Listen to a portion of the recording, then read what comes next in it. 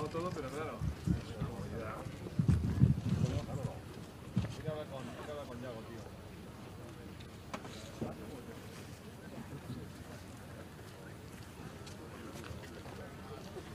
Tenemos prodios, no sé si...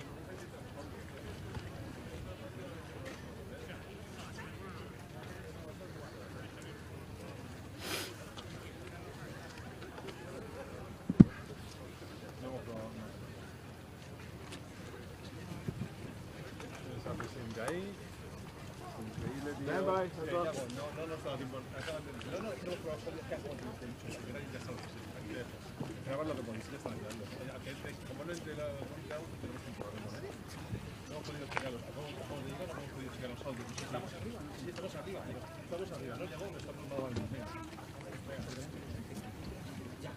Quita la cartera, ya, quítala.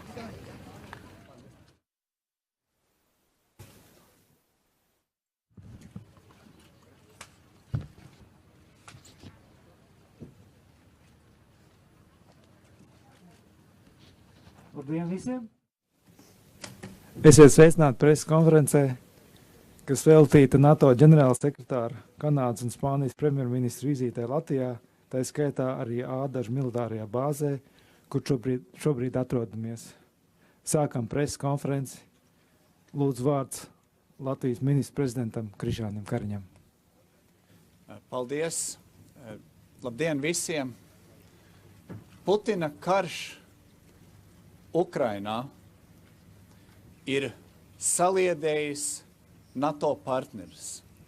Šodien es gribu izteikt paldies mūsu partneriem, kas šodien ar mani šeit stāv. Tātad Jensam Stoltenbergam, NATO ģenerālsekretāram, Justinam Trudeau, Kanādas premjerministram un Pedro Sánchez, Spānijas premjerministram par to, ka šodien bija iespēja mums visiem četriem šeit Ādažos tikties.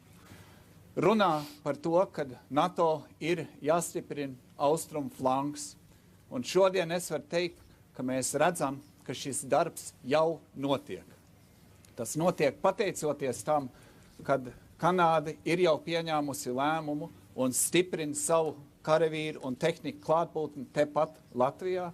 Tāpat tā Spānija ir pieņēmusi līdzīgu lēmumu un stiprina reāli ar karavīriem un ar tehniku, ar spējām.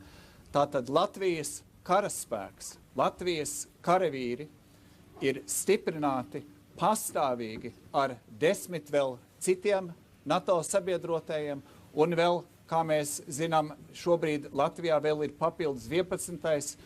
Papildus spēks no Amerikas Savienotajām valstīm, kuri arī šodien mēs tieši redzējām militārās mācības, kas notiek procesā, un mēs redzējām, ka Latvijas karavīri kopā ar Kanādas karavīriem, ar Spānijas karavīriem, ar vēl daudzi citu valstu karavīriem un ar ASV sabiedrotajiem kopā veica apmācības stiprināt, tā skaitā tieši Latvijas kā NATO dalībvalsts reālo aizsardzību.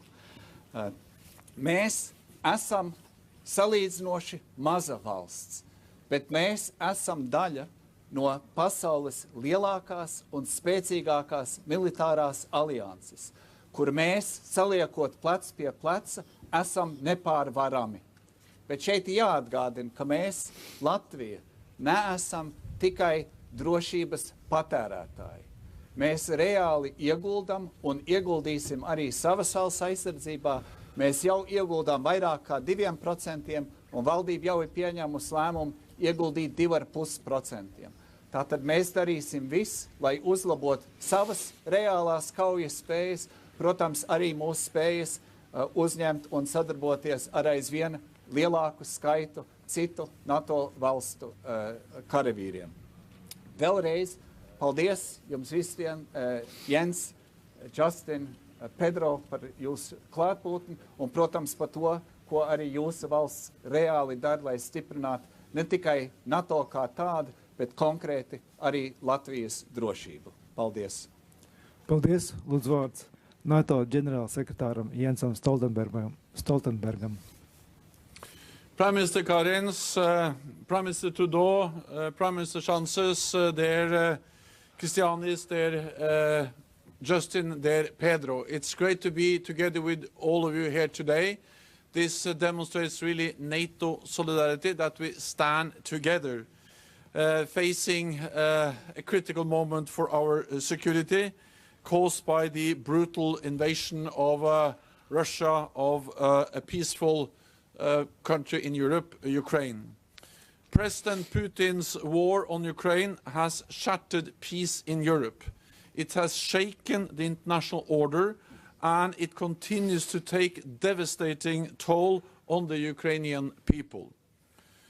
But Putin seriously underestimated Ukraine, and he seriously underestimated the strength and the unity of NATO and of our friends and partners around the world. We have imposed unprecedented costs on Russia. We have stepped up our support for Ukraine, helping to uphold its right to self-defense, and we have implemented historic reinforcements of NATO's collective defense, with thousands more troops reinforcing the eastern part of our alliance, including here in Latvia. I strongly welcome that allies, including Canada, Spain, and the United States, are deploying hundreds more troops to our multinational presence here at the Adaši base in Latvia. So Justin, Pedro, thank you for your personal leadership and your commitment to our collective security. Canada has led NATO's battle group in Latvia for years with skill and dedication, a powerful demonstration of your commitment to transatlantic security. Spain is leading by example by deploying additional troops, ships and jets to strengthen our defensive posture in Europe. It was really an honor to meet your forces here today from both sides of the Atlantic. They represent the spirit of all our allies, all for one and one for all. NATO is a defensive alliance. We do not see conflict with Russia. Our ultimate responsibility is to keep our 1 billion citizens safe. This means we must do everything possible to prevent the conflict from spreading beyond Ukraine. And our presence here in Latvia sends an unmistakable message of unity and resolve.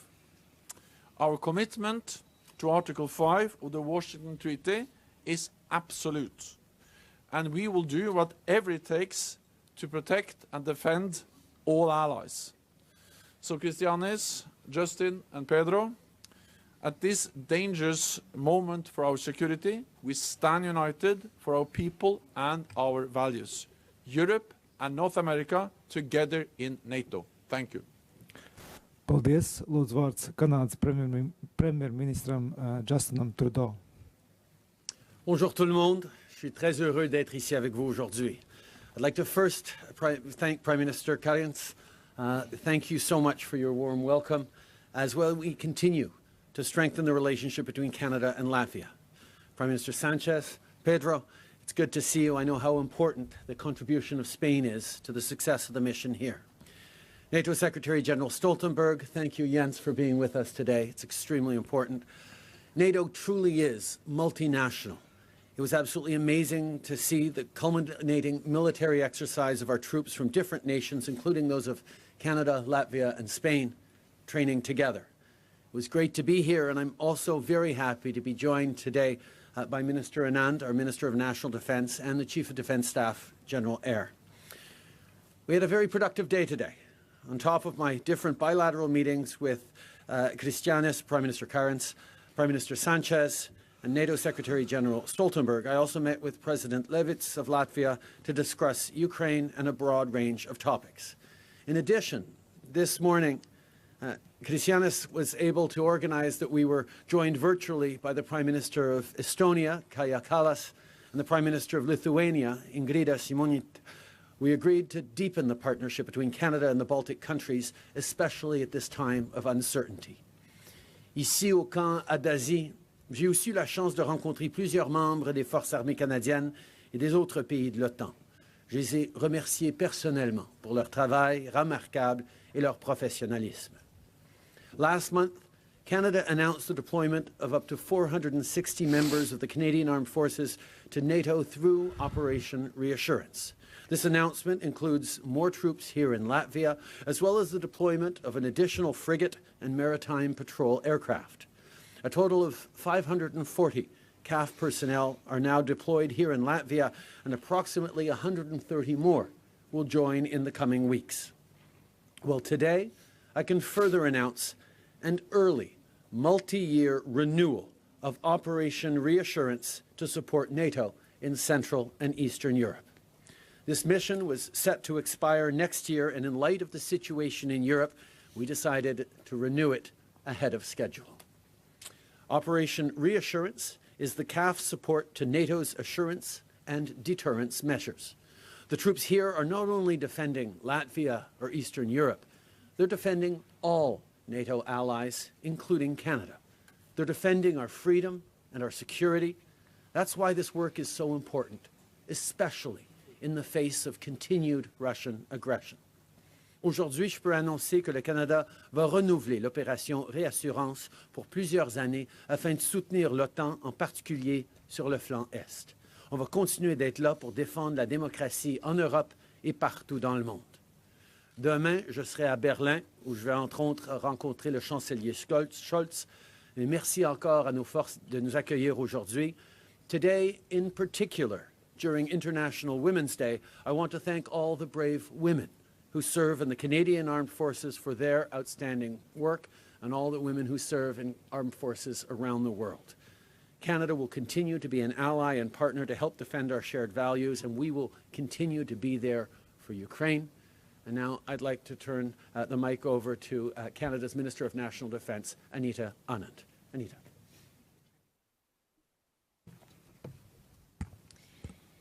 Merci, Monsieur le Premier ministre. C'est un grand honneur pour moi d'être ici avec vous, avec nos forces armées canadiennes, avec le chef d'état-major de la Défense et avec nos partenaires, particulièrement cette journée internationale de femmes. Thank you, Prime Minister. It is an honor for me to be here, especially on International Women's Day. J'étais ici il y a un mois. I was here less than 1 month ago, and it is so good to be back here today to see the troops and to thank them for their service.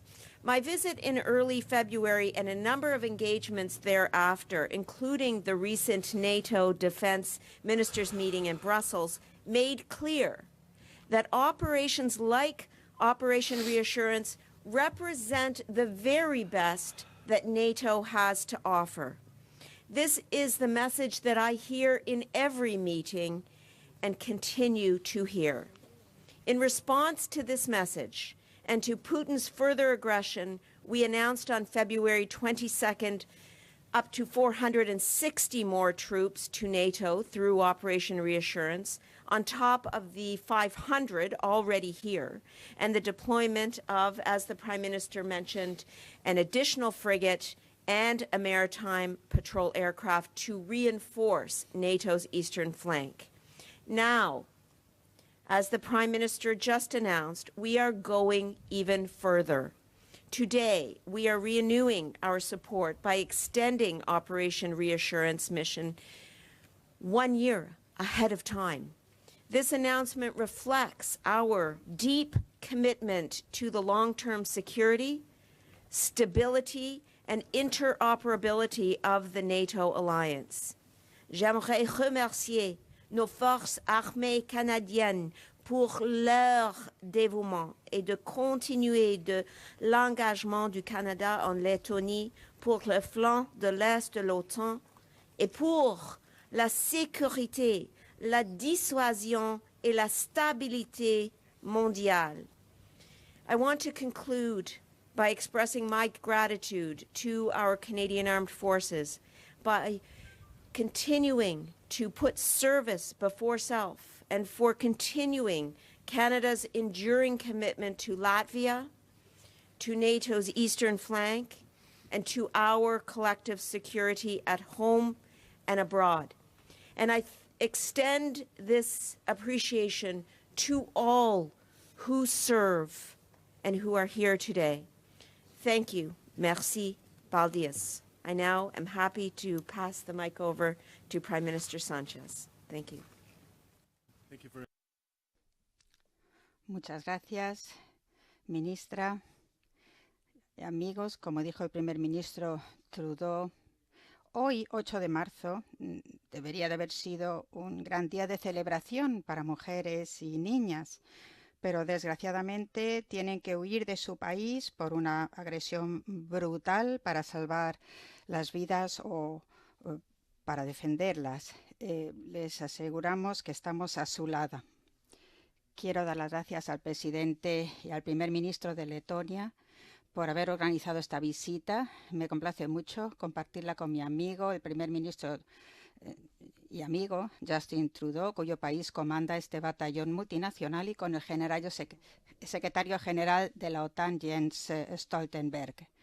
Estamos aquí para apoyar a nuestros aliados y amigos bálticos en estos tiempos difíciles y para enviar un mensaje muy claro al presidente Putin. Los aliados de la OTAN están unidos y el vínculo transatlántico es más fuerte que nunca. Quiero insistir una vez más en que nuestro compromiso es ante todo con la paz. La OTAN es una alianza defensiva, como bien ha dicho el secretario general de la OTAN, y todas nuestras acciones hasta la fecha son esfuerzos de disuasión para evitar el enfrentamiento. Los efectos españoles son el segundo mayor contingente aquí en el batallón multinacional, y quiero agradecer la dedicación, la solidaridad y la profesionalidad de nuestros militares. Vamos a aumentar en 157 el contingente de nuestras tropas y estamos dispuestos a seguir en nuestro compromiso de los planes de respuesta gradual. Quisiera insistir en nuestro apoyo inquebrantable a Ucrania. Desde España hemos enviado varias toneladas de ayuda humanitaria y España sabrá estar a la altura del desafío que plantea la terrible crisis humanitaria causada por esta guerra, con más de 1.700.000 personas que han huido de su país. Vamos a estar del lado del gobierno de Ucrania y del pueblo de Ucrania para resistir al ataque injustificado de Putin. Este es un acto de agresión, no solo contra la seguridad de Europa, sino contra lo que Europa representa: democracia, multilateralismo y libertad.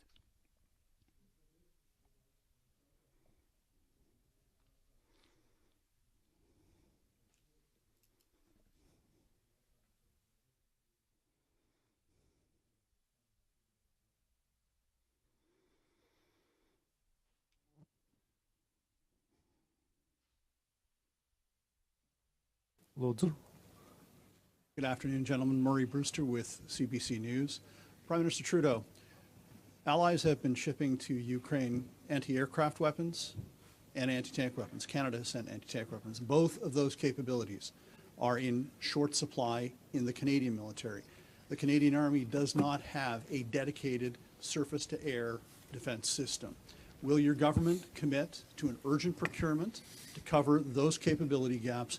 And will your government commit to meeting NATO's benchmark standard of 2% of GDP in defense spending? First of all, we understand the urgency that is presented right now in the world, with Ukrainians standing strong against this illegal Russian invasion. And that's why we have sent aid, we have sent weapons, we will continue to send support to Ukrainians as they stand and defend not just their country, but defend democracy, defend the values that underpin democracy, and in fact defend us all.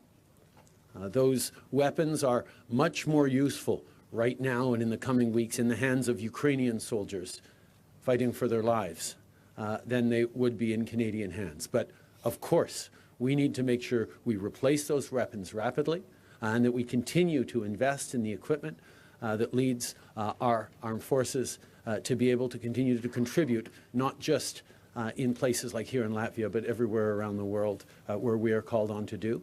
I had an excellent conversation with Secretary General Stoltenberg earlier this afternoon, in which I talked about, indeed, our approach to continuing to invest in our military and making sure that Canada is always there to stand up. En français, Prime Minister. Nous allons toujours chercher à contribuer plus pour l'OTAN. Je pense qu'on voit à quel point c'est important d'être présent pour défendre nos démocraties, mais évidemment, les appuis qu'on envoie immédiatement en Ukraine, incluant des armes et des armements, sont utiles non seulement pour défendre l'Ukraine dans l'immédiat, mais sont en train de se battre pour défendre nos démocraties à travers le monde. Es atvainojos, mums ka Latvijas žurnālists vēlējās uzdot. Jūs no Latvijas? Okay. Oui, bonjour, M. Trudeau, Laurence Martin de Radio-Canada.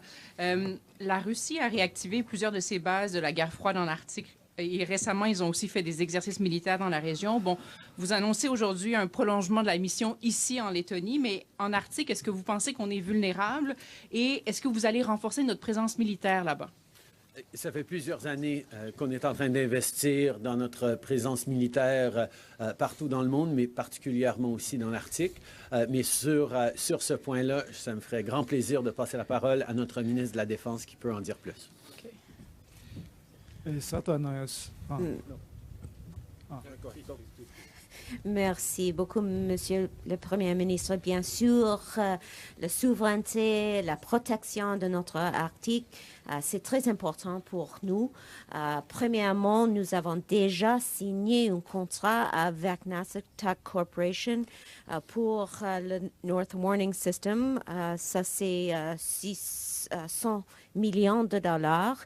Et aussi, en même temps, c'est important d'avoir une option, une approche pour la protection renouvelable dans l'Arctique. Donc, pour ça, j'ai parlé beaucoup avec mon homologue dans les États-Unis et nous avons décidé de travailler ensemble pour la protection de notre continent et aussi de notre monde. Donc, le NORAD Modernization, ça c'est une chose très, très importante pour moi et pour notre gouvernement aussi. Et nous allons avoir une approche robuste dans le court terme sur ça. Et ça, c'est une chose très importante pour nous et pour le gouvernement du Canada. Merci beaucoup. Es atvainojos, vai es varētu būt mūsu iespēja vēl pāris jautājumiem. Vienam, vai ir kāds mēdījis no Spānijas? Jūs? Yeah. Hello. So far, well, I'm Iñaki Aguado from Informativos, I think on behalf of all the Spanish journalists here today. So, so far the response through sanctions has not stopped Putin. What should be the... No ha parado a Putin. ¿Cuál debería de ser el camino a seguir? ¿Hasta dónde puede llegar la OTAN y hasta dónde puede llegar también la Unión Europea? ¿Considera la posibilidad de dejar de comprar crudo y gas a Austria, que es lo que ha propuesto Estados Unidos, y cree que el gas de Argelia podría suplirlo todo? Presidente Sánchez, ¿qué va a hacer para responder al impacto económico en su país? Por ejemplo, ¿se pueden usar los fondos de Next Generation de la Unión Europea? ¿Se podrían recortar los impuestos que pesan sobre el combustible? Muchas gracias, Iñaki, por tus preguntas. En primer lugar, lo primero y crucial es estar unidos, como vemos hoy con los primeros ministros de Letonia, Canadá, secretario general de la OTAN y todos los aliados de la OTAN y de la Unión Europea. Por eso yo creo que no es ya cuestión de adelantarnos a las medidas que vayamos a sondear en París en los próximos días. Pero evidentemente las sanciones económicas son uno de los medios más contundentes de los que disponemos para poder ponerle fin a esta guerra injustificada que está librando Putin contra un país libre como lo es Ucrania. Luego, en segundo lugar, evidentemente es muy importante actuar en vista del impacto económico en España y en la economía mundial y sobre todo europea. Es importante que se actúe en distintas dimensiones. Por un lado, en lo multilateral, aquí tenemos a países que forman parte del G7, pero a nivel europeo, evidentemente, es importante el comunicado de la Comisión Europea de hoy en cuanto a la política de energía, que es uno de los instrumentos principales para el crecimiento económico, que estás notando ya el impacto de esta crisis que se refleja en una crisis de los precios de la energía. Es importante que todas las partes estén unidas en España. Todos los agentes, están las empresas, están los sindicatos. Primero en la pandemia y en la respuesta a la pandemia del COVID-19 y a día de hoy ante esta terrible e injustificada guerra que ha puesto en marcha Putin. Esta sería la respuesta que le puedo dar en inglés. Lo más importante es contar con la unidad de todos los países, de toda la comunidad internacional. Creo que la votación de la Asamblea General de Naciones Unidas que vimos hace escasos días demostró que Putin está solo y que todo el mundo, la mayoría del mundo, está con Ucrania. Y esa unidad se tiene que demostrar desde el punto de vista de las sanciones económicas, desde el punto de vista de la respuesta que tenemos que dar la comunidad internacional, aislando completamente a Putin, también en sanciones económicas contra él mismo y contra la oligarquía que ha crecido en torno a su régimen. Y, por tanto, me van a permitir que no adelante muchas de estas conversaciones que vamos a tener con los socios europeos en el próximo Consejo Informal dentro de escasos días en Versalles, en París, bajo la presidencia pro tempore de Francia de la Unión Europea. En segundo lugar, decirles que, desde luego, en el Congreso de los Diputados presenté lo que es el esbozo de ese Plan Nacional de respuesta al impacto económico que va a tener la crisis de la guerra de Putin en nuestro país. Hace escasos días, este pasado lunes, me pude reunir con los agentes sociales, sindicatos y empresarios para trasladarles cuáles eran las líneas de actuación que vamos a hacer desde el Gobierno, precisamente para amortiguar el impacto que en el ámbito de los precios, tanto de la energía como también de las materias primas, va a tener esta terrible crisis. Que va a costar, sin duda alguna, pero mayor sería el coste si no actuáramos en contra de Putin, si no actuáramos en contra de quien ahora mismo no solamente está infringiendo la legalidad internacional, sino que está poniendo en cuestión y en riesgo la seguridad de todos los europeos, que es precisamente lo que venimos aquí a garantizar. Esa seguridad en las fronteras europeas, ya sea en Letonia, ya sea en Estonia, ya sea en cualquiera de los países del frente oriental de Europa. Y esa unidad de los aliados y esa unidad también de los europeos me parece ahora mismo trascendental. Y desde luego España, como he dicho en otras muchas ocasiones, va a estar donde debe estar y hará lo que debe hacer. Thank you. Gracias. Mums ir laiks vēl vienam jautājumam. Vārds. Nē. Es atvainojos, nē. Mums ir Latvijas žurnālistai Inai Strazdiņai. Lūdzu, vārds jums. Jā, mums. Thank you so much. Ines Strazdiņa, Latvian television. Just very shortly, my question to Mr. Sánchez. You already mentioned that you decided to send more troops to Latvia. Could you please be a little bit specific about when they could arrive? Voy a dar información algo más específica sobre cuándo van a llegar. Muchas gracias. Nosotros llevamos comprometidos desde hace mucho tiempo con Letonia y con quien comanda el ejército de Letonia. Vamos a mandar 150 efectivos adicionales. Se va a hacer muy rápidamente. El secretario general de la OTAN, como comandante, solicitó que este despliegue de las unidades militares se hiciera cuanto antes.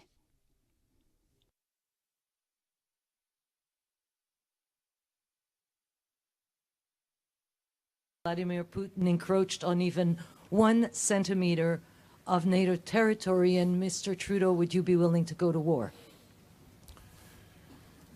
We are here to deter any attack on any NATO allied country, and Deterrence has helped to preserve peace for more than 70 years. Now we are stepping up to send an even stronger message to President Putin that an attack on one ally will trigger the response from the whole alliance. So we are here to protect every inch of allied territory of Latvia and all other NATO countries.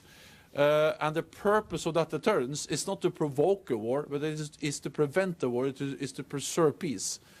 And when we see the aggressive actions of President Putin against Ukraine, it has led to a big reinforcement of our presence in Latvia and also in other parts of the eastern flank of our alliance. And I would like to commend Canada, Spain, and also Latvia as a host nation for really demonstrating unity, demonstrating commitment to our collective defense. And as long as we stand together, North America and Europe in NATO, we are all safe because we are by far the strongest alliance in history. And the unity is much stronger than President Putin expected. He wants less NATO, he's getting more NATO. He wanted to divide us, he's getting a more united alliance. So we are here to preserve peace, prevent war, and that's the reason why we are increasing our defensive deterrence presence in Latvia and in the rest of the eastern part of the alliance.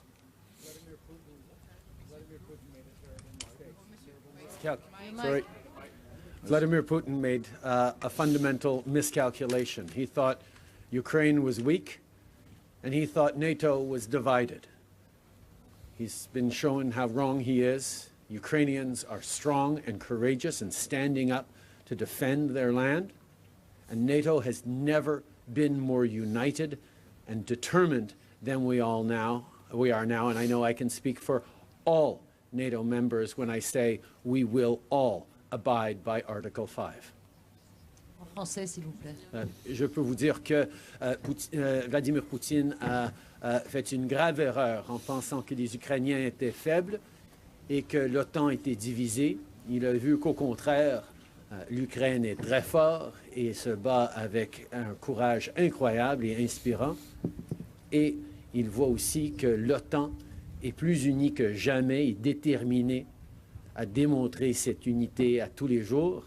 Et je peux parler pour tous les membres de l'OTAN quand je dis que nous allons tous suivre l'article 5.